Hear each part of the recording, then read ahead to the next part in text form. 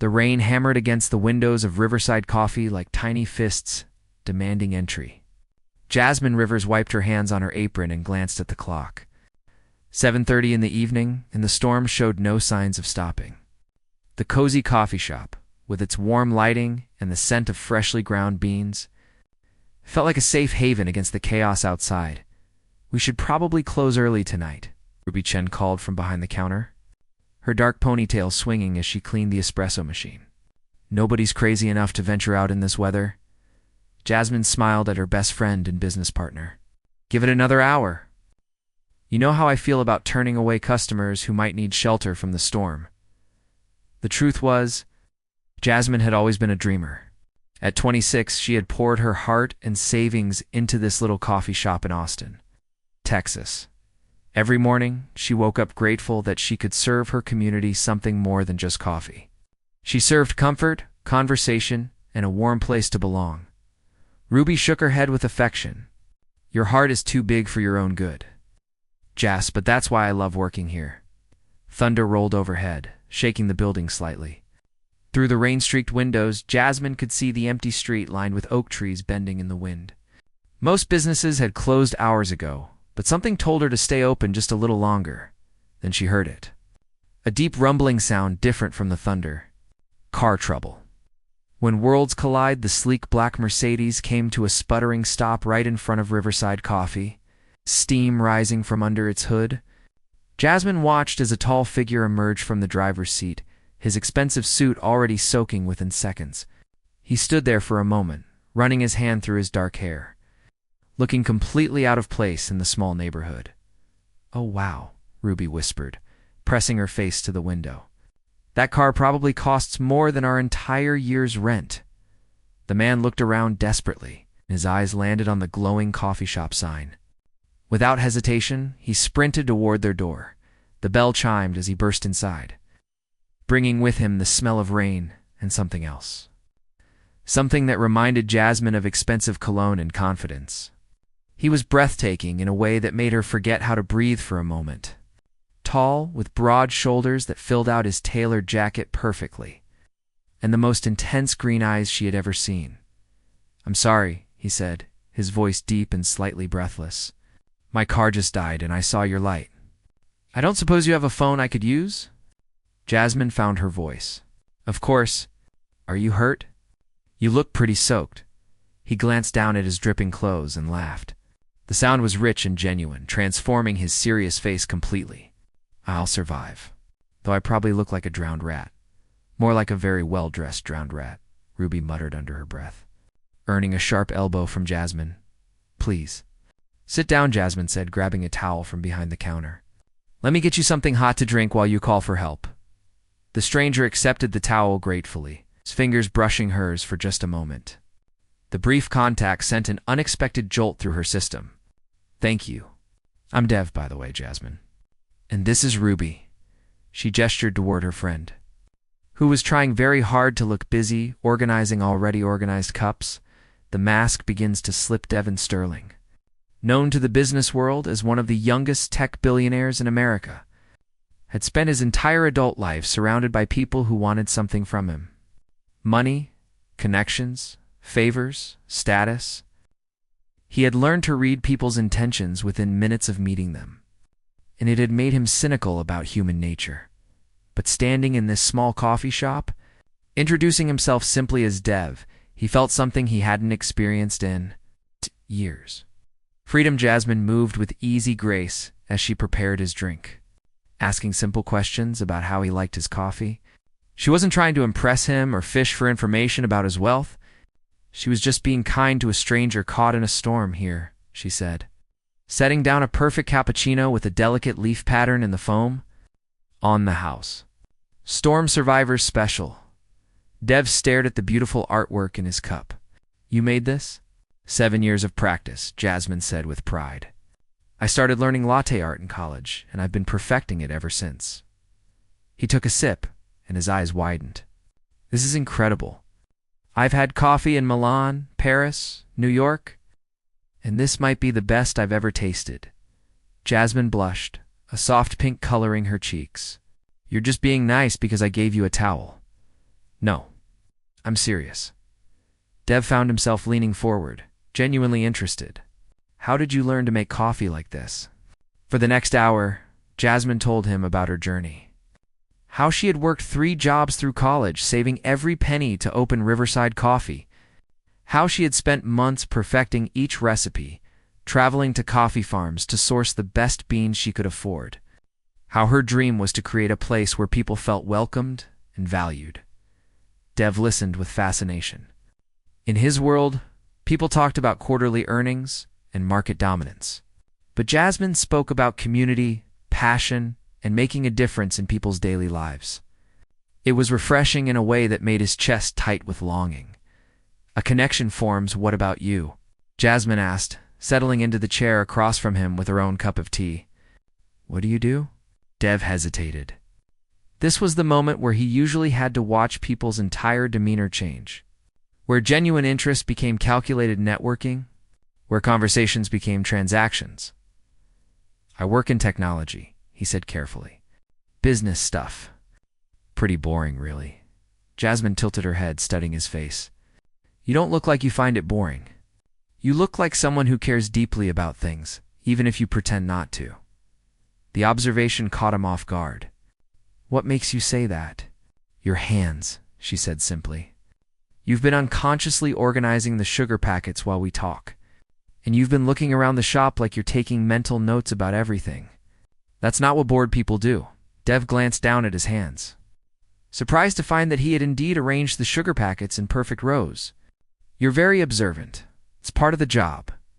You learn to read people when you serve coffee. Everyone has a story written in how they order their drinks, how they sit, how they interact with the space around them. And what does my story say? Jasmine considered this seriously. It says you're used to being in control, but tonight you're letting yourself just exist. It says you're probably kind but careful about showing it. And it says you're running from something, though I'm not sure what. The accuracy of her assessment left Dev speechless.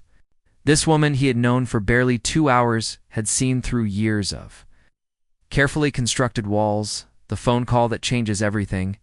Dev's phone buzzed insistently in his pocket.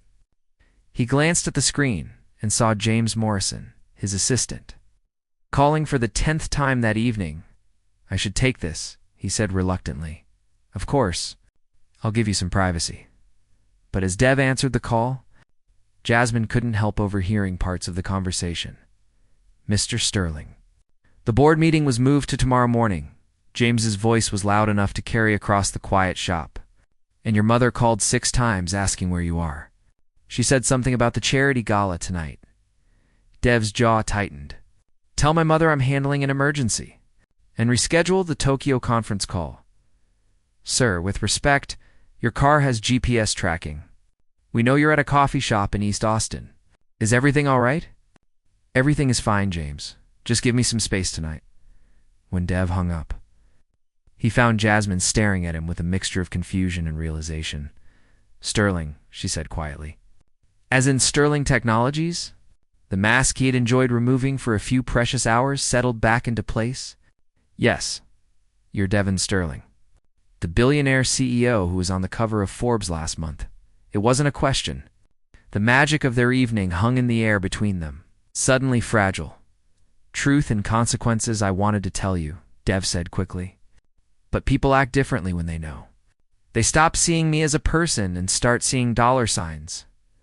Jasmine stood up slowly, processing this information. So Dev is short for Devon. Yes. But everything else I told you tonight was true. My interest in what you do, my admiration for what you've built here, the way this place makes me feel, that was all real. She looked around her coffee shop, seeing it suddenly through different eyes. To him, this labor of love probably seemed quaint, tiny, insignificant. Why didn't you just call your driver? Or use your phone to get help? Why did you come in here? Dev was quiet for a long moment. Because for the first time in years, I saw a place that looked like home. And when I met you, I remembered what it felt like to have a conversation that mattered. The sincerity in his voice made Jasmine's heart skip. This is all very overwhelming, I know. And I understand if you want me to leave. Jasmine looked at this. Man who had billions of dollars but had spent the evening talking about coffee beans and dreams. Who could buy anything he wanted but seemed hungry for simple human connection.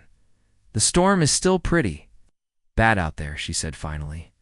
"Your ride probably can't get here safely yet anyway." Relief flooded Dev's features. "So I can stay?" "You can stay. But no more lies, even small ones." "No more lies," he agreed.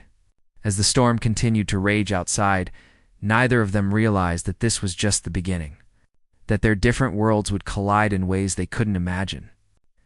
That love, once awakened, would demand its due regardless of the obstacles ahead.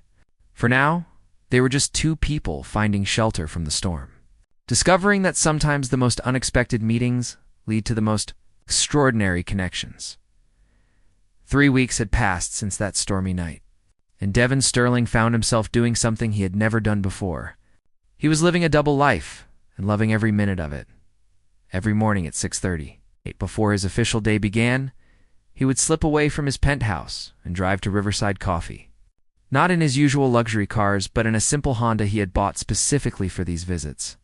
He would spend an hour with Jasmine, talking about everything except the billions of dollars in board meetings that defined his other existence.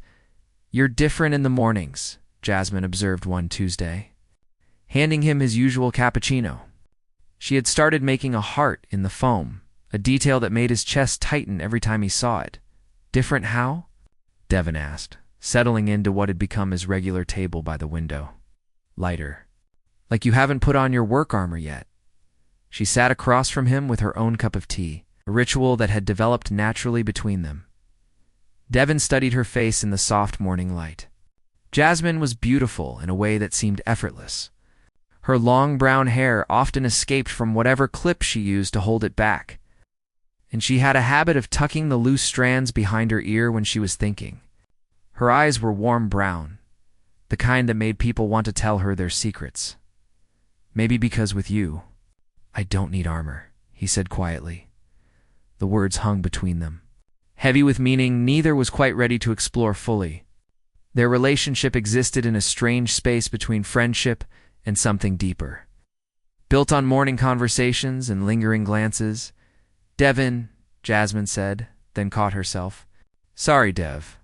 Can I ask you something?" "Anything? Why do you come here every morning?"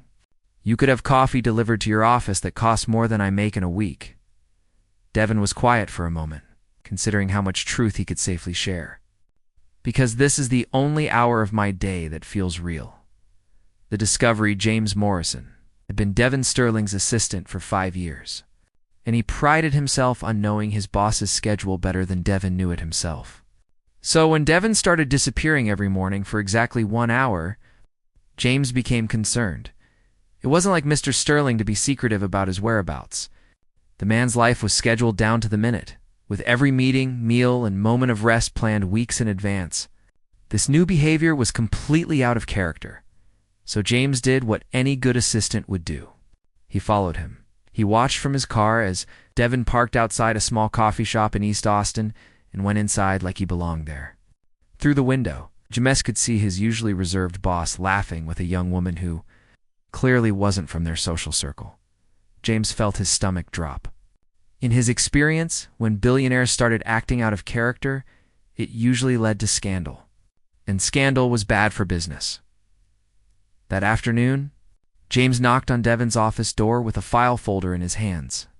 "Sir, we need to discuss your morning activities." Devon looked up from his laptop, his expression instantly guarded. "Excuse me?" "Riverside Coffee, East Austin." Every morning for 3 weeks, James set down a photograph of Devon and Jasmine talking across a small table. "This could be a security risk." Devon's jaw tightened. "Have you been having me followed?" "I've been doing my job, which is protecting your interests."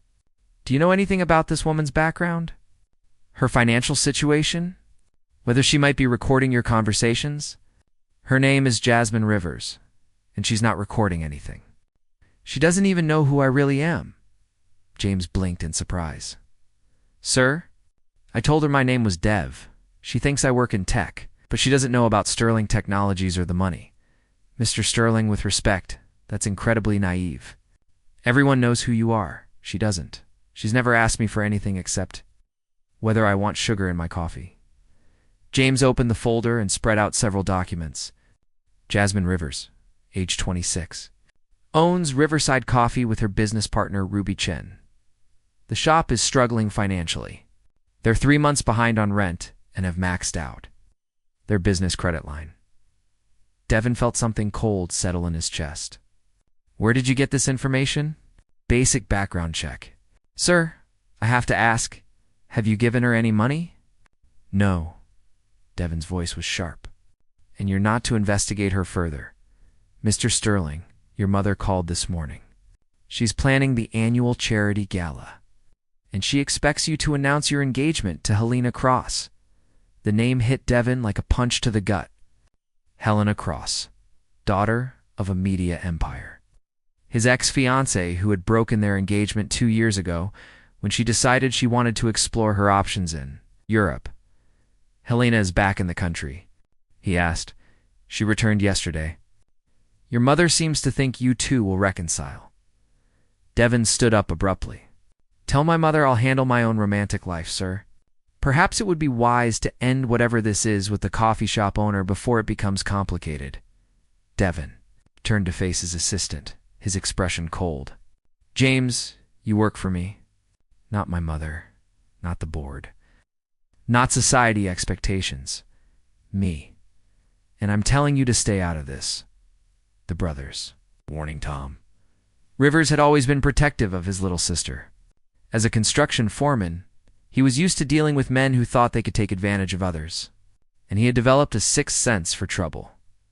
So when Jasmine started humming, while she worked and checking her reflection in the coffee machine, he knew something was up. You're glowing, he said one evening, stopping by the coffee shop after his shift. Who is he? Jasmine tried to play innocent. I don't know what you mean, Jess. I've known you your whole life. You get this dreamy look when you're falling for someone. So spill. She sighed, unable to hide her smile. His name is Dev. He comes in every morning before work. What does he do? Something in technology. He's not very specific about it. Tom frowned. Red flag number 1. What kind of guy is vague about his job? The kind who doesn't want to talk about work when he's trying to relax. Jasmine said defensively. Or the kind who's hiding something. Where does he live? I don't know. We don't really talk about personal details. Red flag number 2. Jasmine, you're talking to this guy every day and you don't know basic information about his life. Jasmine felt her happiness deflate slightly. It's not like that, Tom. We connect on a deeper level. Deeper level. Tom's voice rose. Jas, wake up. A guy who won't tell you where he works or lives is playing games. You don't know him, and neither do you. Apparently, their argument was interrupted by Ruby bursting through the front door. Her phone clutched in her hand, and her face pale. Jasmine, you need to see this. She held up her phone, showing a news article from Austin Business Journal. The headline read, Sterling Technologies CEO, Devon Sterling, Austin's most eligible bachelor, turns to dating scene. Below the headline was a large photograph of Devon in a tuxedo, standing next to a stunning blonde woman at some charity event. He looked every inch the billionaire, polished and powerful and completely different from the man who sat at their corner table talking. About coffee beans? Jasmine stared at the photo, her heart sinking. That's him. That's Dev. Dev, as in Devon. Ruby asked gently. He lied to me. Jasmine's voice was barely a whisper. He's been lying to me this whole time. Tom moved to his sister's side, his protective instincts flaring. He's been slumming it with the locals for entertainment. The article mentions he's expected to announce his engagement to Helena Cross at this week's charity gala, Ruby said quietly. Jasmine felt like the ground was shifting beneath her feet. For 3 weeks, she had been falling for a man who didn't really exist. Dev, with his genuine laugh and careful questions about her dreams, was apparently just a role being played by someone whose real life included private jets and society engagements. I'm such an idiot, she said, sinking into a chair. No, you're not, Tom said firmly. He's the idiot for thinking he could play with people's feelings like this. The confrontation the next morning, Devon arrived at Riverside Coffee at his usual time.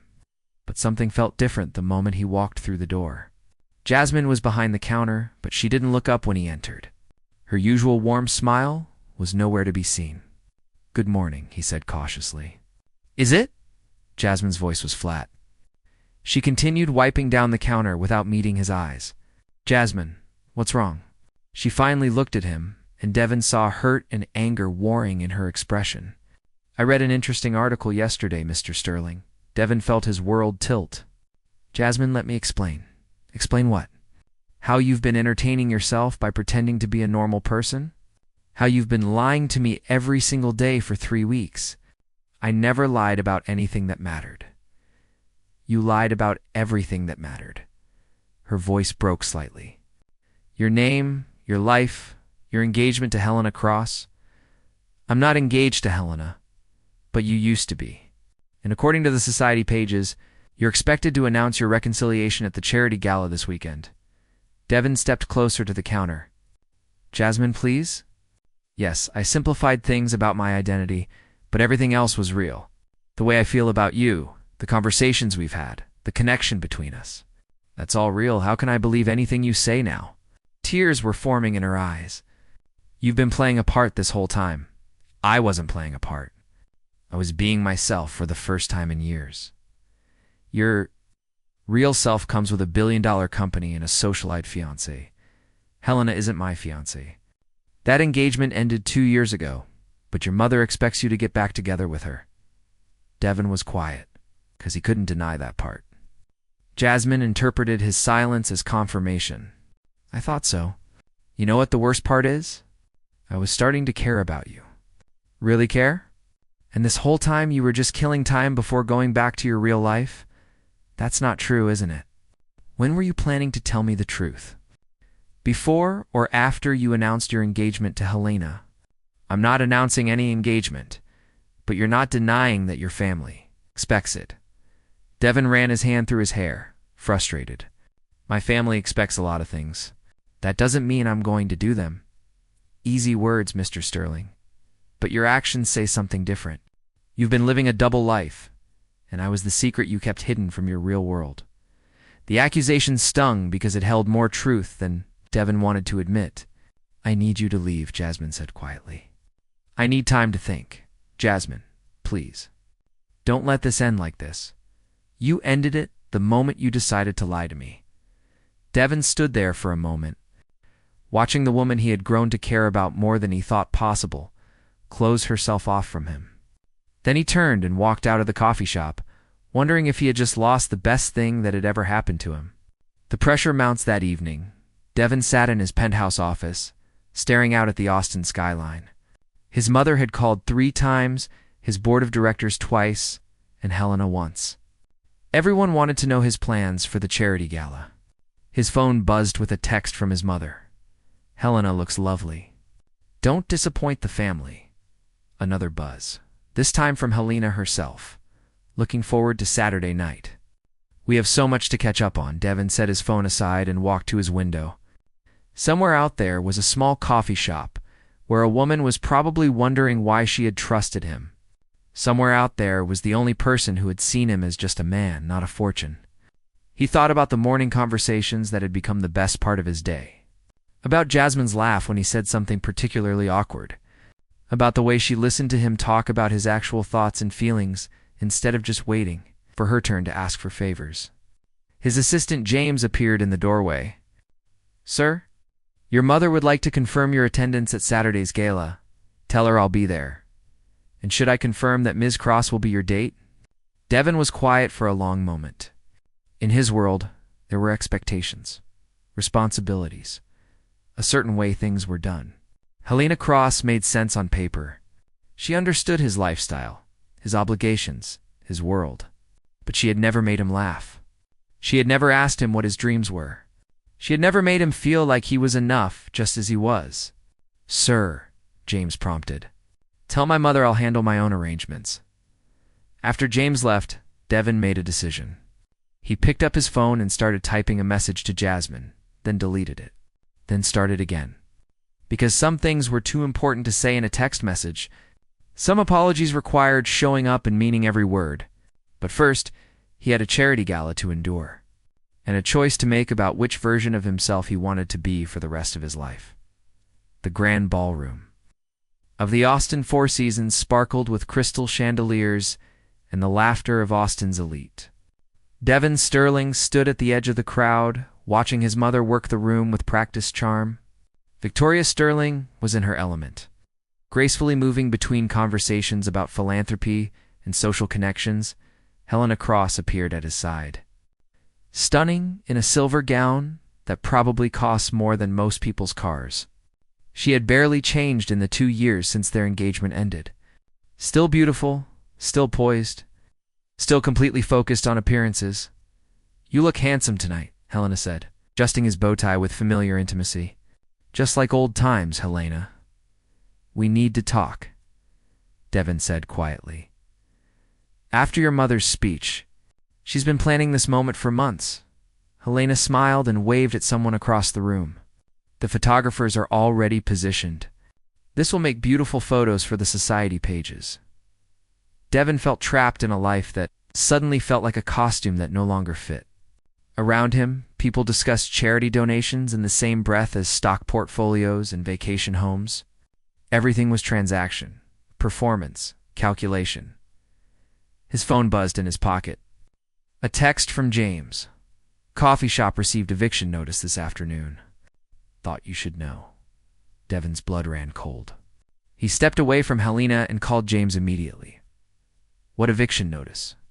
he demanded. "Riverside Coffee. The building was sold yesterday to Marcus's web development. They're clearing out all the small businesses to build luxury condos." Marcus Webb. Devon knew that name. A ruthless developer who had been trying to buy Sterling Technologies for years, always making aggressive moves when Devon refused to sell. "This isn't coincidence," Devon said grimly. "Sir, I think Mr. Webb may have discovered your relationship with Ms. Rivers. This could be retaliation for your refusal to sell the company." Devon felt fury building in his chest. Marcus was using Jasmine to get to him, destroying her dreams as leverage in a business war she didn't even know existed. "How long does she have?" 30 days. "But sir, the other businesses received the same notice.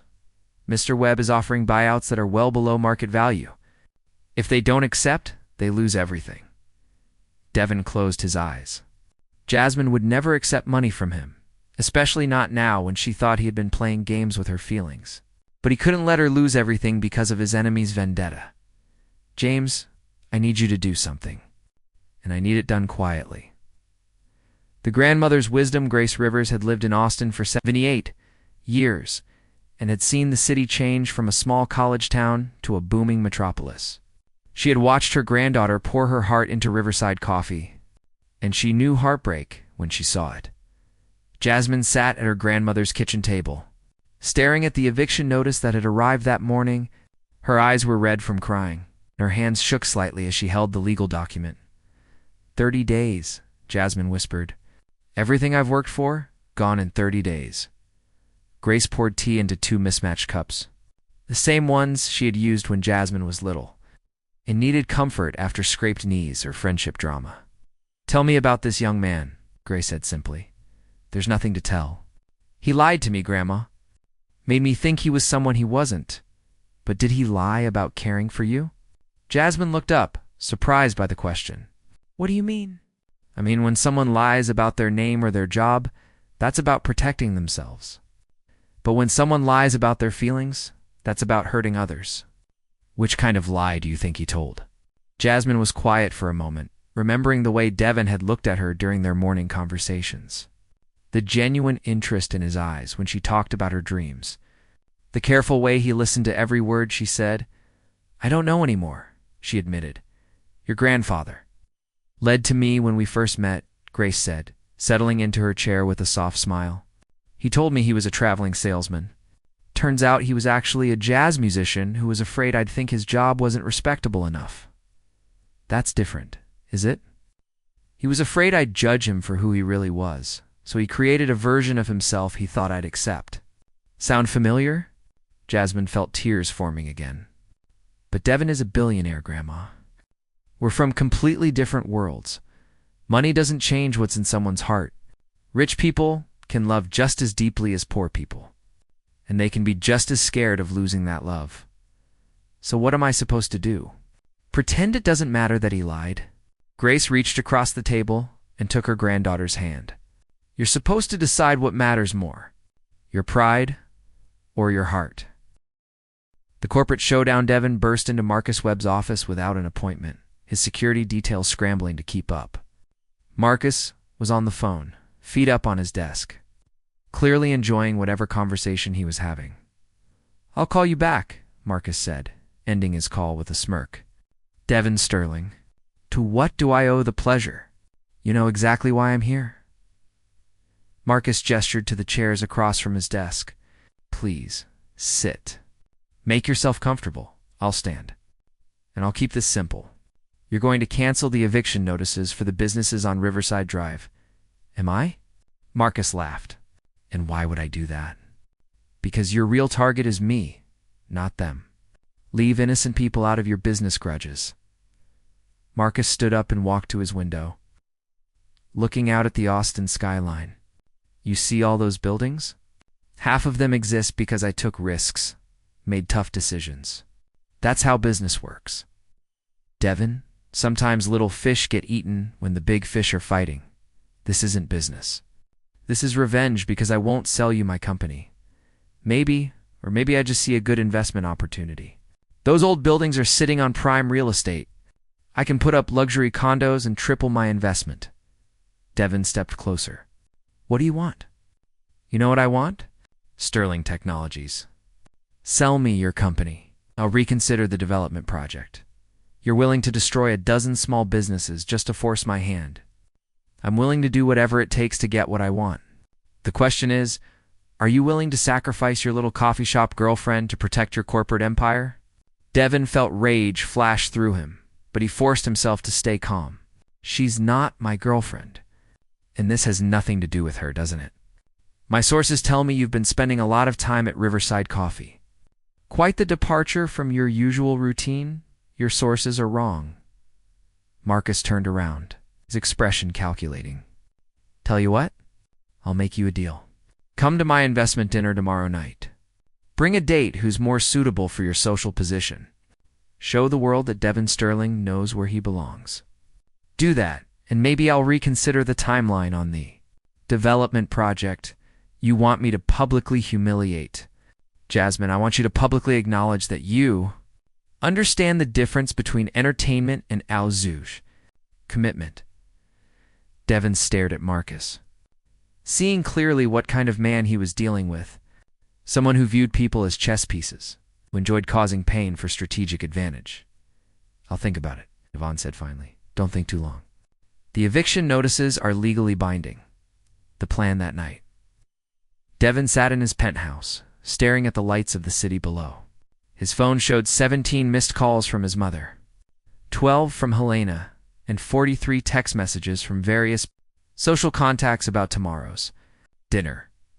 But the only person he wanted to talk to was the one, a person who probably never wanted to see him again. He picked up his phone and started typing a message to Jasmine, then deleted it.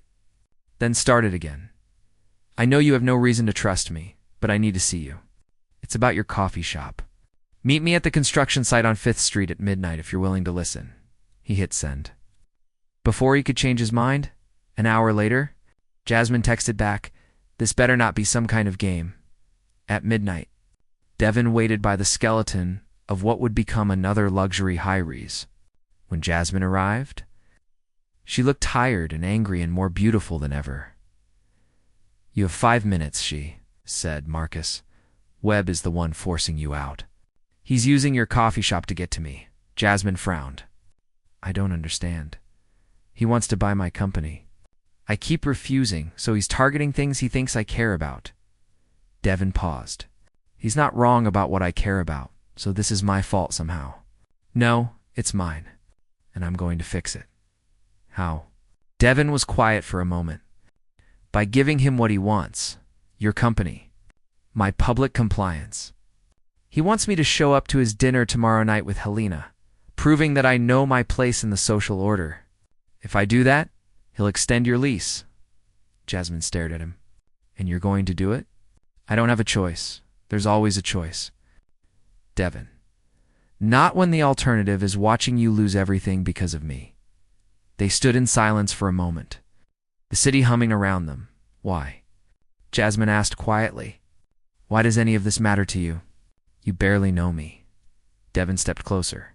I know that you get up at 5 in the morning to bake fresh pastries for your customers. I know that you remember everyone's usual order and ask about their families. I know that you put your heart into everything you do. You make everyone around you feel valued. Devon ... I know that in 3 weeks of talking to you, I felt more like myself than I have in years. I know that when I'm with you, I forget about stock prices and board meetings and social expectations. I know that you make me want to be worthy of the way you see people. Tears formed in Jasmine's eyes. That's not fair, I know. And I know I handled everything wrong. I should have told you the truth from the beginning, but I was terrified that if you knew who I really was, you'd see dollar signs instead of me. So you decided to lie instead. I decided to be the man I wanted to be instead of the man I was supposed to be. And for 3 weeks that worked. For 3 weeks I was just Dev who liked talking about coffee and dreams. Jasmine wiped her eyes. But that's not who you really are, isn't it? Who we choose to be when no one's watching, isn't that more real than the roles we play for other people? The choice the next evening, Marcus Webb's investment dinner, was the social event of the month. Austin's power players gathered in the private dining room of the city's most exclusive restaurant, discussing deals and alliances over wine that cost more per bottle than most people's monthly salary. Devon arrived alone. Helena was waiting by the entrance, elegant and expectant. Where have you been? I've been calling you all day, Helena. We need to talk. After dinner. Your entrance with me will be photographed, and I want to look perfect. No. We need to talk now. Devon guided her to a quiet corner. I'm not going to be your date tonight. And I'm not going to pretend we're getting back together. Helena's face went pale. Devon, what are you talking about? Everyone expects us to announce our engagement tonight. Everyone was wrong. This is about that coffee shop girl, isn't it? Helena's voice turned sharp. Do you think she fit into your world? Do you think she'll understand board meetings and charity galas and the pressure of being married to someone like you? I think she'll understand me. And right now, that's all that matters. Devon left Helena standing in the corridor and walked into the dining room alone. Conversations quieted as people noticed his solitary entrance. Marcus Webb stood at the head of the table, his smile predatory. Devon, so glad you could make it. Though I notice you seem to be missing your date, I came alone. How unusual.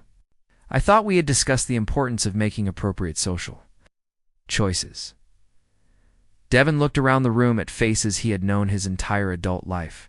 People who had watched him grow up, who expected certain things from him, who had never questioned whether those expectations served any purpose beyond maintaining their own comfort.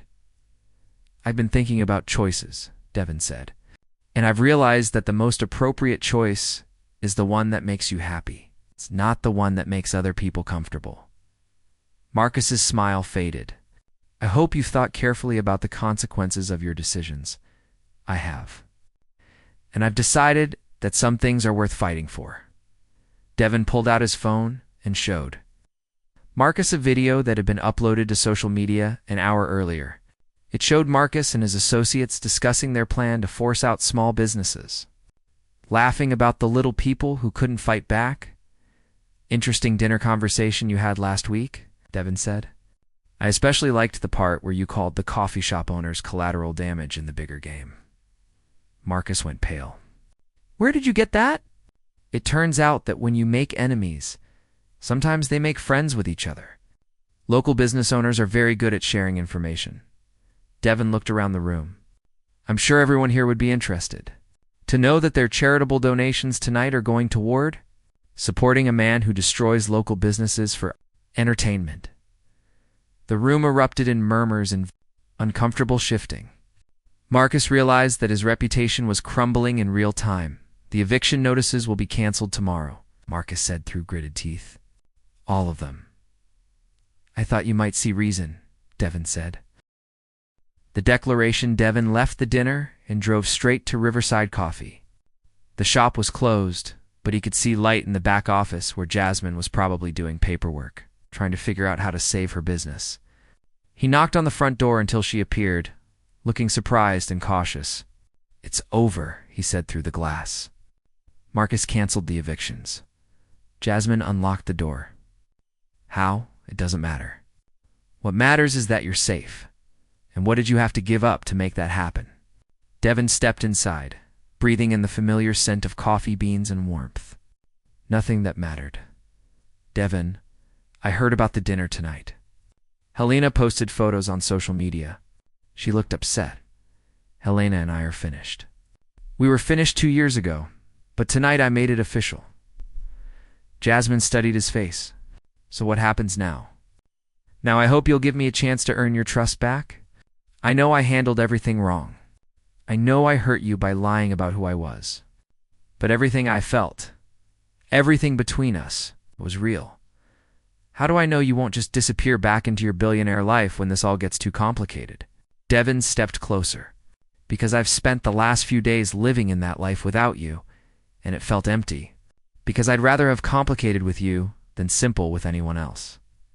Devon, ... double quotes. I love you, Jasmine. I love the way you put heart-shaped foam in my coffee. I love the way you remember everyone's stories. I love that you see the best in people and make them want to live up to it. I love that you built this beautiful place where people feel welcome and valued. Tears formed in Jasmine's eyes. I love you too. But I'm scared of what? Of not being enough for your world. Of being the girl from East Austin who doesn't know which fork to use at fancy dinners. Devon cupped her face gently. You're not going to be the girl from East Austin in my world. I'm going to be the guy who learned about real happiness in yours. What does that mean?